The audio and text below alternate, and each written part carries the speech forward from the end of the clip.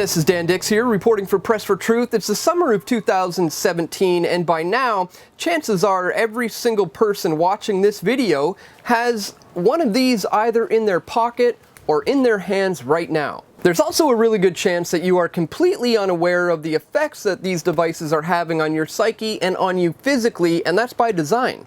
So in today's video, we're going to lay out the truth about smartphones and wireless warfare. Now, as the title of this video suggests, we're going to be looking at a declassified military document that details the effects and the clinical manifestations of microwaves and radio frequency radioactivity on human beings. But before we do, let's take a look at what our devices say today about what is acceptable and not acceptable exposure. Now, we're going to be doing this on an iPhone 6 Plus, and you can follow along at home.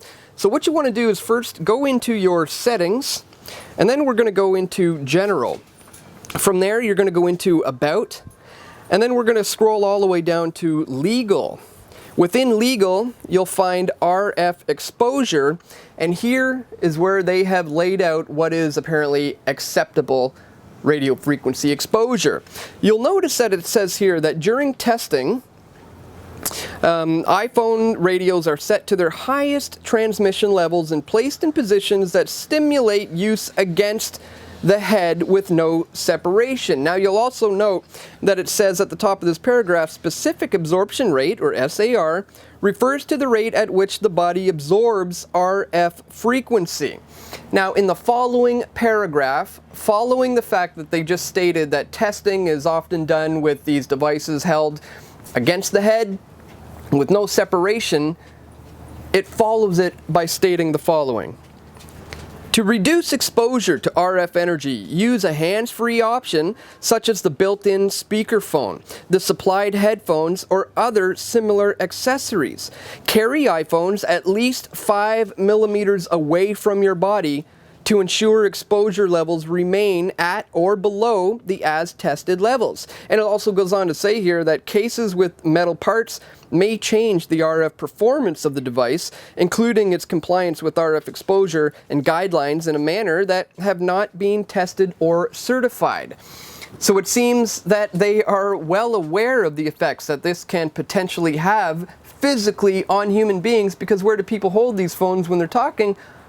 Against their head, or they're either directly right in their pocket, and when they're right here in their pocket, they're essentially right beside your genitals.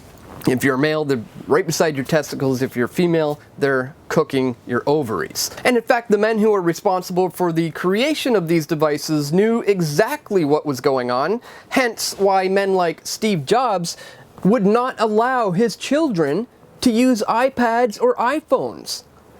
Bill Gates is also notoriously known to keep his children at a safe distance away from using these devices. So clearly they know something that you don't.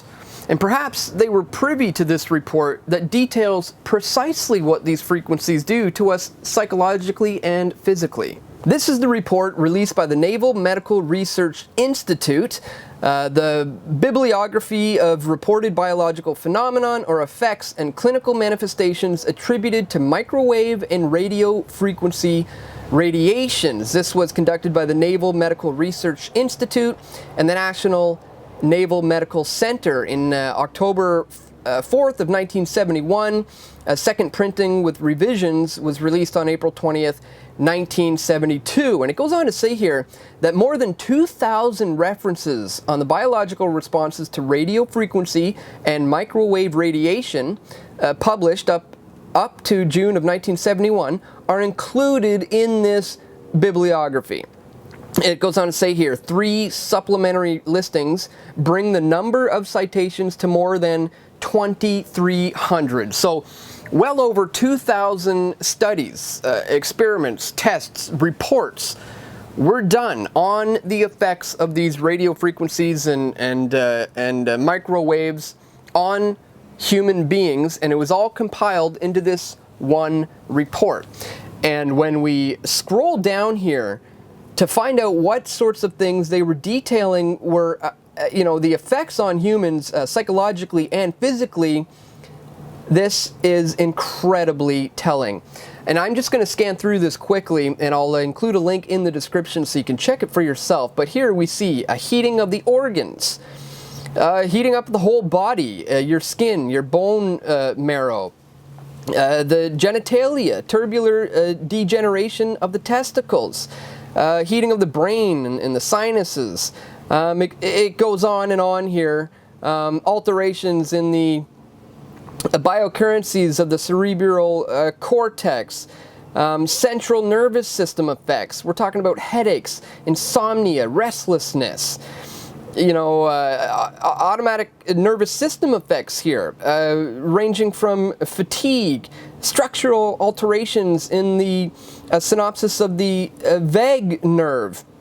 Psychological disorders include something they call neurasthenia, or just generally feeling bad, just a bad feeling in general.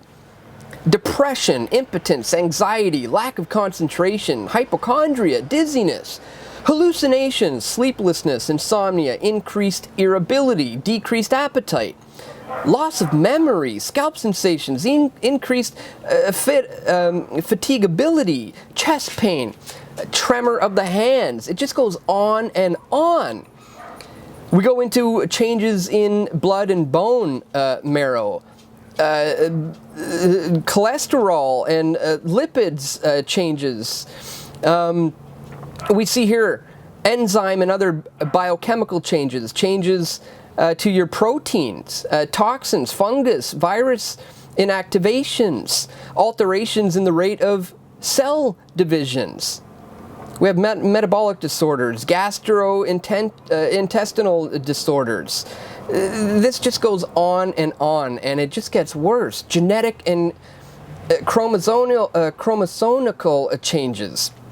Again, I'll leave links in the description so you can check it out for yourself. Miscellaneous effects, changes in optical activity, loss of hair, brittleness of hair, sensations and buzzing, vibrations, pulsations and tickling about the head and the ears.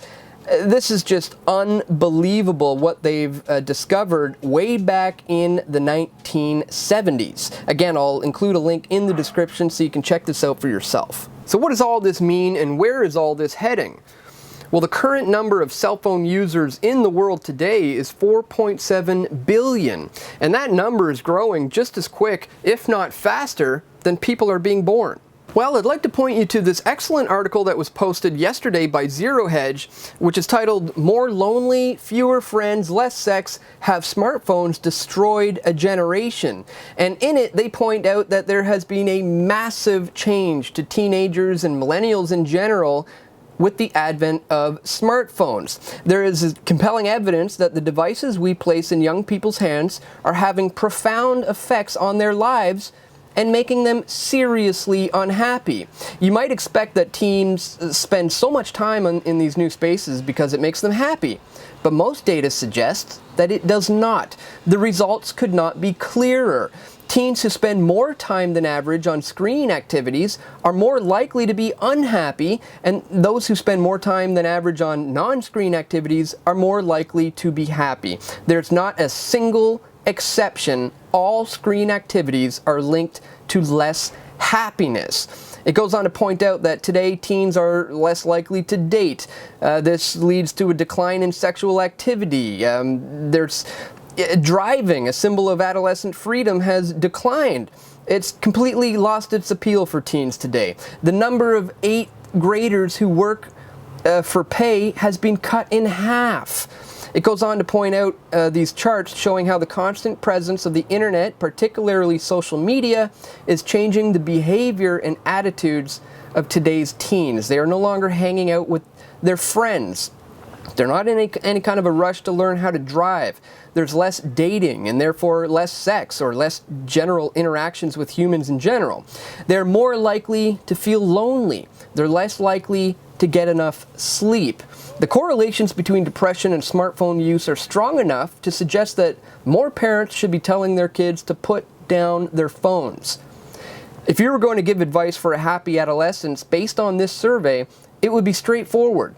Put down the phone, turn off the laptop, and do something, anything, that does not involve a screen. And we have barely scratched the surface on this topic, especially when you consider the tech world's ideas for the future of cell phones, how they want to implement holograms and what's now called augmented reality, where you would use the phone, peering through it here in real life, to enhance your experience right here in reality.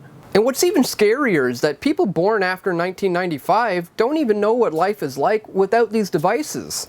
They've been completely surrounded by them their entire lives. And the unfortunate reality is it's become extremely difficult to rid yourself of RF exposure in today's world. My livelihood and income revolves around social media and devices such as these, just like millions and millions of other people out there. But just like it's a good idea to go on a diet, or to maybe go on a bit of a detox if you've been binging on unhealthy food and drink, it's equally important to have an electronic detox, even just for a few days, to remove yourself completely from all electronic devices. Think you can go 2 days without looking at your phone or a computer or a screen of any kind?